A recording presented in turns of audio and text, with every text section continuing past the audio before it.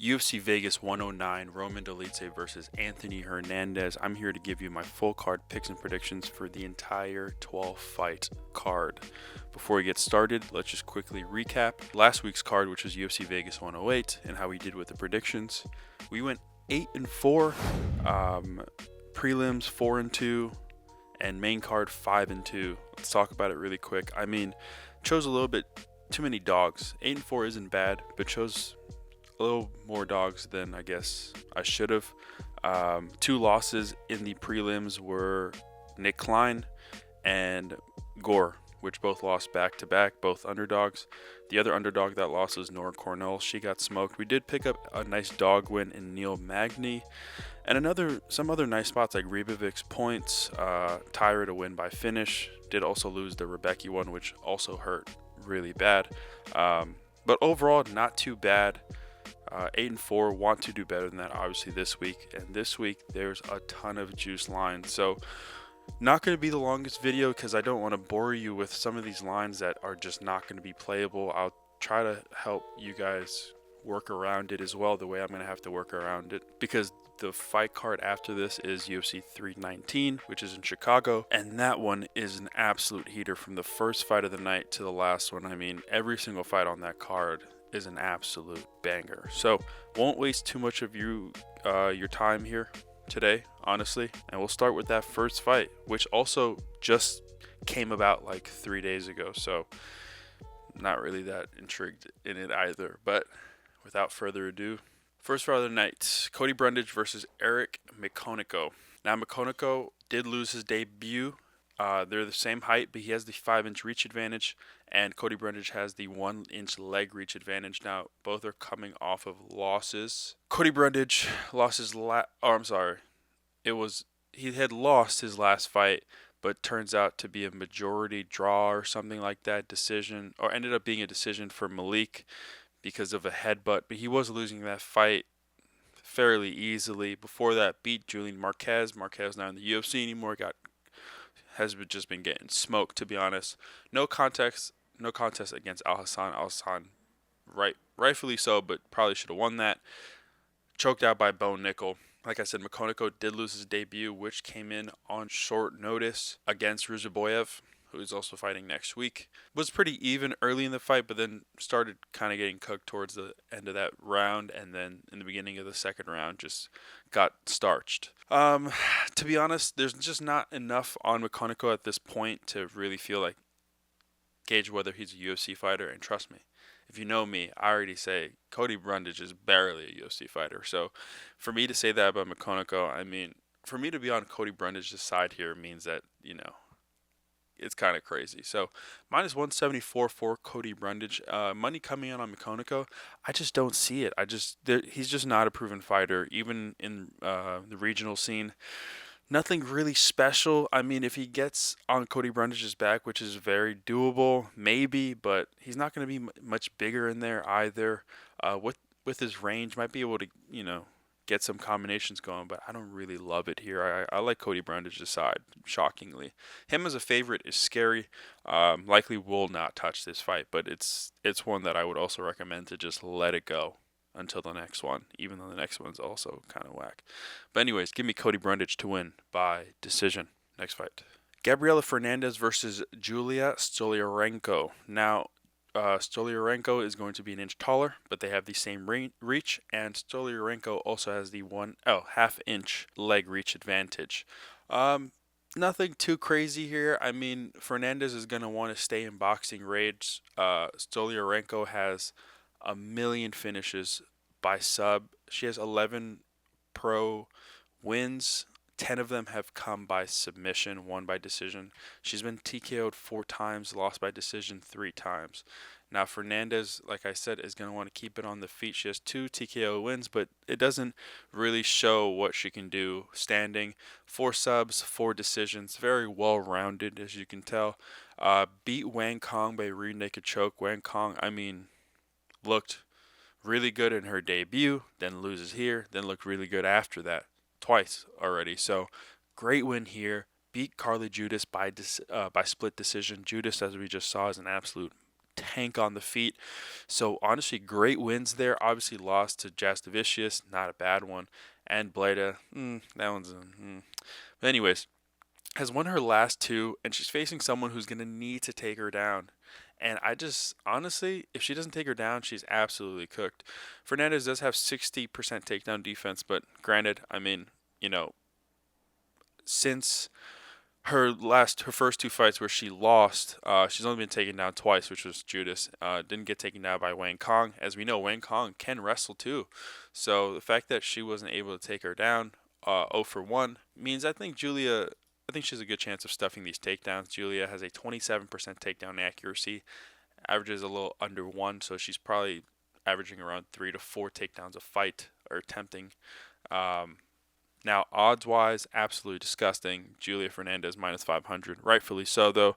I think she's going to be able to either piece her up for 3 rounds or find a finish, maybe a body kick, something to the liver. I don't think this fight goes anywhere else unless Stoliarenko is able to choke her out, which is a possibility. Like I said, that's what she's does, but I don't see it honestly. So, give me Gabriella Fernandez to win by TKO or decision. Next fight, Uros Medic versus Gilbert Urbina. Now, Medic is going to be the significantly taller fighter here, but Urbina is going to have the 4-inch reach advantage, and they both have the same leg reach advantage. It's very interesting here because had Medic have that reach advantage as well, I think, all favors to him. I think that height's going to be a major thing here, but Urbina can crack for sure. That 4-inch reach advantage is, if it was, here's the thing with Urbina, I think that if it was anyone else that had just a little bit more of an IQ, I think that 4-inch reach advantage would work wonders here. But Urbina has not really shown that he has the technical IQ to really stay in a fight, especially a dog fight against someone like Medic who has that knockout power. 1-2 in the UFC, lost to Trayshawn Gore, Ultimate Fighter, lost to Brian Battle, choked out, then beat Orion by front body kick, and then lost to Radke left hook. Then we have Medic, who honestly looks good at times. Sometimes he looks a little shaky. 4-3 in the UFC, lost to Soriano, got smoked in the first 30 seconds. Beat Tim Means, also smoked him in the first 2 minutes of the fight, and then lost to Orobai. So not really a lot of success, but Orobai is not a bad loss at all. And Soriano, I mean, he got caught early. Sometimes that's what's going to happen. I don't think it's going to happen with Urbina. I think Medic is going to be able to keep it on the feet and just use his will and his power to get the best of Urbina. I think that Urbina's tough enough to maybe last 3 rounds, but both are prone to getting finished on the feet. So I wouldn't be surprised if Urbina somehow caught him with something also and managed to just maybe a flash knockdown or something, flash knockout. So not a bad look to see the under here, but overall I do think Medic has the upper hand. Like I said, a lot of these lines are super juiced. I apologize. We'll have some dogs, don't worry. But minus 460, not loving it. I don't think Medic should ever be a minus 460, to be honest, but I still do like him to win. So give me Uros Medic to win by TKO or decision.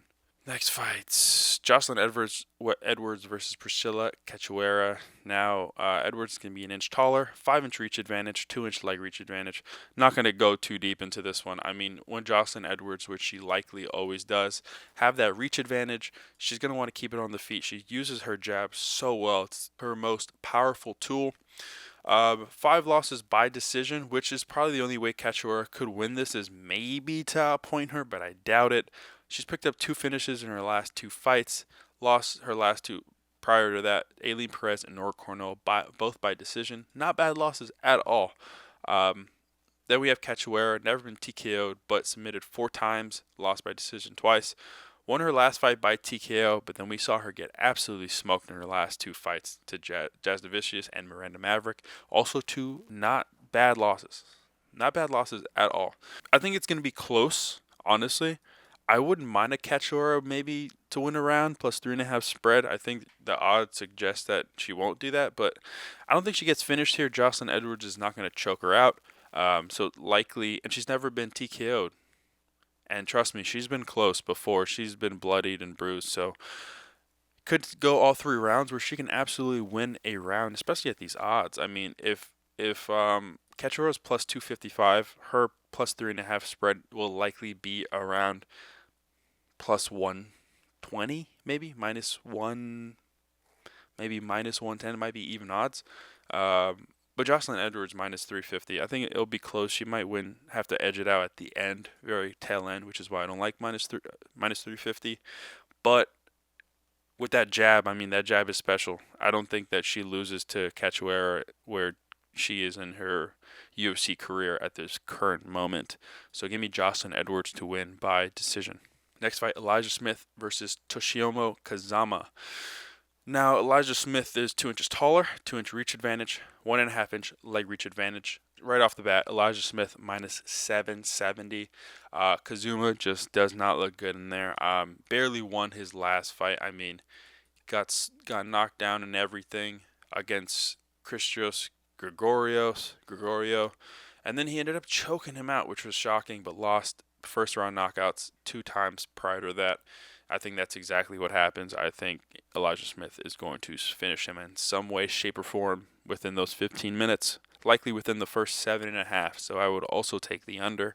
But give me Elijah Smith to win by TKO or submission.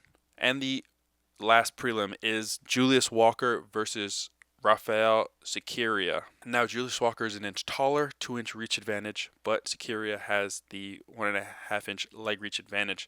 Now, Julius Walker did lose his debut fight to Alonzo Menifield by split decision. I was on Julius Walker's side there as an underdog, and he did very well. I arguably could have won, but I don't mind the Alonzo Menifield side. I think that's probably where I would have leaned anyways, to be honest, upon watching that fight, regardless of who I had.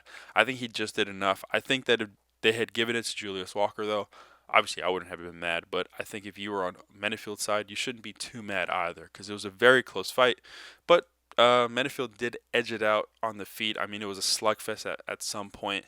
And then we have Cerqueira, 0-2 in the UFC, just TKO'd twice. One by Ibo Aslan, even though that wasn't really a real fight, and then Bukowskis. But Bukowskis has some power. Even Ibo, I think, more power than Julius Walker. Walker's going to want to probably try to mix it up, try to take Cerqueira down. But here's the thing. He could also get smoked. I think we haven't seen a lot of either guy. Obviously, both haven't picked up a UFC win here, so it'll be huge for either of them. Cerqueira, I think, has more power on the feet. Julius will likely have more output, which makes me believe that this could go another 3 rounds, maybe.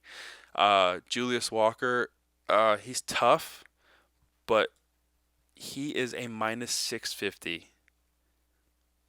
Why? What has he shown to be a minus 650 at this point? A close fight to Alonzo Menifield makes him a minus 650. And he lost that fight. So had he won, what is he? Minus 900? Cerqueira, of course, TKO twice. Last one to Bukowskis. That Aslan one was weird. He was a favorite in that one as well, by the way. So I think the odds are completely crazy here, honestly. I think that Cerqueira is unproven just as much as Julius Walker. He should not be a plus 420, which is why I'm going to take a dog shot here. I'm going to take Cerqueira. I'm going to say he's going to find a way to get on his back, maybe even choke out Julius Walker. If not, maybe a club and sub, or just a slugfest where he ends up pulling it off by decision. But I'm going to take the dog shot here. I don't think Julius Walker should be a minus 650. He has not proven anything in the UFC or anywhere in that realm to be a minus 650 here. He lost that fight, and I was on his side. He lost that fight. Give me Raffael Cerqueira as a massive dog to win by submission or decision. Next fight, Eryk Anders versus Christian Leroy Duncan. Now, CLD will be an inch taller, 4-inch reach advantage, but Eryk Anders will have the 1.5-inch leg reach advantage. I think it's going to be close early on the feet. Eryk Anders is going to be looking for those leg kicks just to disrupt CLD's movement a lot. I just don't know if he's going to be able to keep that up for 3 rounds. He might try to implement the wrestling. I think CLD is just too big in there. I think he's going to be able to reverse clinch positions on the cage, and I think he's going to be able to piece Eryk Anders up. I don't even want to waste your time here. CLD minus 620. Should be a minus 620. And he's fighting a proven veteran in the UFC. He should be a minus 620 because he has the skill set. I think that he is really coming into his own now, and he's understanding how the UFC game works, really. At this point, he has a good amount of UFC experience to understand what he needs to do to win. And this is a favorable matchup for him. I think Eryk Anders is well past his prime, obviously. I think he's at the very tail end of his career. So give me Christian Leroy Duncan to win by TKO or decision. Next fight, Miles Johns versus Gene Matsumoto. Now, Miles Johns is an inch taller, but Matsumoto has the half-inch reach advantage, and Miles Johns has the 1.5-inch leg reach advantage. Interesting fight for two short kings. Miles Johns did lose his last fight to Felipe Lima. Kind of close, to be honest, but Lima did edge it out. He was also on Parlay of the Week, so shout out Felipe Lima in that fight. Won his last two prior to that, and then Matsumoto lost his last one to Miles Johns to Rob Font by split decision. Could have went his way. I was on Matsumoto's side. Could have went either way. I thought he won the fight, but you know what? Not even mad that Rob Font won that fight. Prior to that, was 2-0, also won Dana White Contender Series. I think that he's just a full package. I think that maybe if Miles Johns was 5 years younger, then maybe I think he would have a better chance. But at this point, I think Matsumoto just young stud, not even at his prime yet, like close to reaching his prime. I think he's going to be able to piece him up on the feet. I think he's going to be able to finish Miles Johns at some point in this fight, which would be huge for his career, because Miles Johns is 15-3 in his career, only been TKO'd once, subbed once, choked by Castaneda, and then TKO'd by Mario Bautista. Not bad losses at all. So I think Matsumoto can be in that list. Matsumoto minus 330. Not in love with it, but I think it's the right side. So give me Gene Matsumoto to win by TKO or submission. Andre Fili versus Christian Rodriguez. Fili 4 inches taller, 2.5-inch reach advantage, 3.5-inch leg reach advantage. I think Fili, you need to win this fight, buddy. You got a kid now. I think he might have that dad strength. He's got to win this. He can too. It's just up and down, up and down. His last 6 fights, win, loss, win, loss, win, loss. That only means one thing.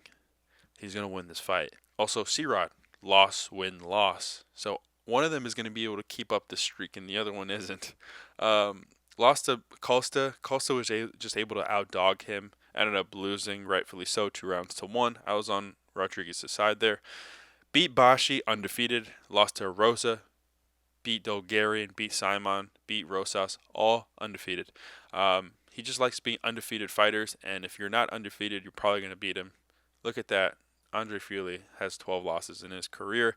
I think on the feet, Fili has the power. He has the precision. I think, I was going to say CLD. C-Rod is going to want to take him down. Is he going to be able to? I'm not too sure if he will be able to. If he does, then he might get cooked. I think he can choke Fili out. But in the off chance that he doesn't, and maybe I'm a little biased because I am a Fili fan, I will go with Andre Fili. I do think that he has what it takes on the feet to keep this fight standing and to do enough on the feet to win this fight. Fili plus 196, I would say take the spread. I think that would probably be even odds, maybe minus 125. He could get choked out. That's probably the only way he gets finished. I think that if this goes to decision, he should win a round at the very least. I think it could be a split going his way. That's what I think it will be. It will be a split going his way. But give me underdog Andre Fili to win by decision. Iasmin Lucindo versus Angela Hill. Now, same height. Lucindo, 1.5-inch reach advantage. Angela Hill, 2.5-inch leg reach advantage. Now, Angela Hill, what is there to say? She won her last fight against Souza, 2 takedowns, 86 significant strikes landed, won by split decision. Had basically a round of control as well. Lost to Ricci, very close fight. Beat Pinheiro and Denise Gomes. So she's beating all these up-and-comers, but the Derns and the Ricci's that are like kind of a little step above, she's not beating. They're still close, but she's not beating them. Pinheiro, Gomes, and Souza I don't think are on Dern and Ricci's level. And people would have said, oh, Ricci's not on Dern's level, Denise Gomes is better than her. I always was on the Ricci side, and we saw 2 weeks ago that she's levels above. Now she's facing Lucindo, who lost her last fight to Lemos. Uh, Lemos didn't land anything because she took her down 3 times and had 8 minutes of control. Lucindo 4 minutes of control, but 8 minutes. It was a boring fight. Won her 4 prior to that. 4-2 in the UFC. On the feet, I think she's one of the better strikers, I would say. I think that she's going to be able to get the better of Angela Hill, to be honest. And I'm not just saying that. I like Angela Hill. I think that she can probably win a round here. I just don't know. I don't think that this is. I think Lucindo's just a little bit better at this point, and I think she may not be in the realm of the Derns and the Ricci's, but I think she's closer there than she is to the Pinheiros and the Souzas of the world. Uh, I think that she's going to be able to do more on the feet. I think even she can land her own takedowns as well. She's not on some, Souza can't stuff a takedown, Pinheiro can't stuff a takedown, Denise Gomes can't stuff a takedown, Lucindo can stuff a takedown. Obviously, like I said, she was taken down by Lemos, but she also had 4 minutes to control herself, and Angela Hill doesn't have that same type of control in her game at this point in her career, I should say. Lucindo, right now, minus 176, not in love with it, but it'll do. Give me Iasmin Lucindo to win by decision. Co-main event, Steve Erceg versus Ode Osbourne. Steve Erceg will be an inch taller. Ode Osbourne, 5-inch reach advantage, 1-inch leg reach advantage. Wow, advantages go to Ode Osbourne, but it won't matter because Steve Erceg, even his striking, he likes to be in the pocket as we saw against Matt Schnell. Now, after that Matt Schnell TKO win, he's lost 3 straight. But look who he's losing to. Pantoja, where he arguably almost won, or arguably won, KKF, and then Brandon Moreno. This is the best case scenario here. He's facing someone, Ode Osbourne, who, look at all this red. Oh, beautiful red. Won his last fight, lost 4 of his last 5 before that. 2 and 3 of those 4 losses by finish. Steve Erceg, minus 590. This is a perfect bounce back spot for him. I think that he'll be able to club and sub. I don't think he's going to be able to knock out Ode Osbourne per se, but I think he'll be able to choke him out. I think that Erceg is just going to be able to get the best of him on the feet. And then if anything, he can choke him out. If not, 3 rounds of just belt. Just belt. Belt. Give me Steve Erceg to bounce back here and win by submission or decision. And main event, Roman Dolidze versus Anthony Fluffy Hernandez. Dolidze will be 2 inches taller, have the 1-inch reach advantage and the 1-inch leg reach advantage. I did a little bit of a breakdown already of this on my TikTok. Dolidze is on a 3-fight win streak. Vettori, great win, 5-rounder. Kevin Holland, great win. Hurt him. Holland gets injured, probably still would have won that fight. Beat Anthony Smith, went up in weight and beat Anthony Smith. Lost to Imavov, rightfully so. Lost to Vettori, questionable. So he should have probably won that fight. He would have won 4 of his last 5, and he'd be like 11-2 or something, or 9-2 in the UFC at that point. Questionable loss here, but has been looking very good on the feet now. Now Anthony Hernandez, 14-2, 1, 2, 3, 4, 5, 6, 7-fight win streak, and 5 by finish. 1 main event against Pereira where he just dominated him for 5 rounds. Beat Brandon Allen, lost that first round, and then began to dominate him. Now, Dolidze has 2 rounds to really win this, although he has 5 rounds of experience now, which is a little scary. I think it's a different fight than what him versus Vettori for 5 rounds. Vettori is not really looking to take you down. He wants to be in your face. And then we have Anthony Hernandez who's looking to grapple you, take you down. It's crazy what I was about to say. Drown him. Dolidze, obviously, with that, he will get tired at some point. Fluffy's best weapon is his cardio. I think Fluffy's going to be able to get the best of him later in the fight. I just don't know how much Roman can do early. I think he'll be able to do a lot of damage, but it could very well be 2-2 going into the 5th, to be honest. I could be saying this, and then they could just be splitting rounds as the fight goes. And next thing you know, it's a 5th round decider. So at the end of the day, if it gets to that point, I just think Fluffy's going to be able to have enough clinch control. just do enough damage when he's able to take down Roman, to get the if he gets the fight there, to get the win, I should say. Fluffy right now minus 370. Not in love with it. Not in love with it. That's not a pretty price for him. Shouldn't be that far, or that shouldn't be that wide, but I still do lean Fluffy to win here. I think it's going to be an absolute barn burner. I love this fight. Like I said, I did a little bit of a bigger breakdown, but it's one of my favorite fights of the year for sure. And I love both these dudes, so hopefully it's a scrap and may the best man win. But give me Fluffy Hernandez to win by submission or decision. And that wraps up UFC Vegas 109. Roman Dolidze versus Anthony Fluffy Hernandez. Like I said, I wanted to keep this short and sweet. We will have a nice long breakdown for UFC 319 because every single fight will be probably pretty long. So I appreciate you all. Obviously 8-4 in the predictions last week. The week before, I think we went 6-6, and before that, we were crushing. I think within those other 3 fight cards, we had lost like 7 fights and won like 20 something. So looking to keep that same record going. Obviously, if you want all this early, not just the predictions, the write-ups, more details, parlay of the week, lotto cycles, not just for me but for my moderator Salty, please join the Discord as well. It's $14.99. We don't just do combat sports. NFL season is my bread and butter as well. It's my combo punch with the UFC, and that will be up and running. I will also be having another NFL show on this channel for every single Sunday. So I appreciate you all. I love you all, and I will see you for next week's fight cards. Let's keep cashing.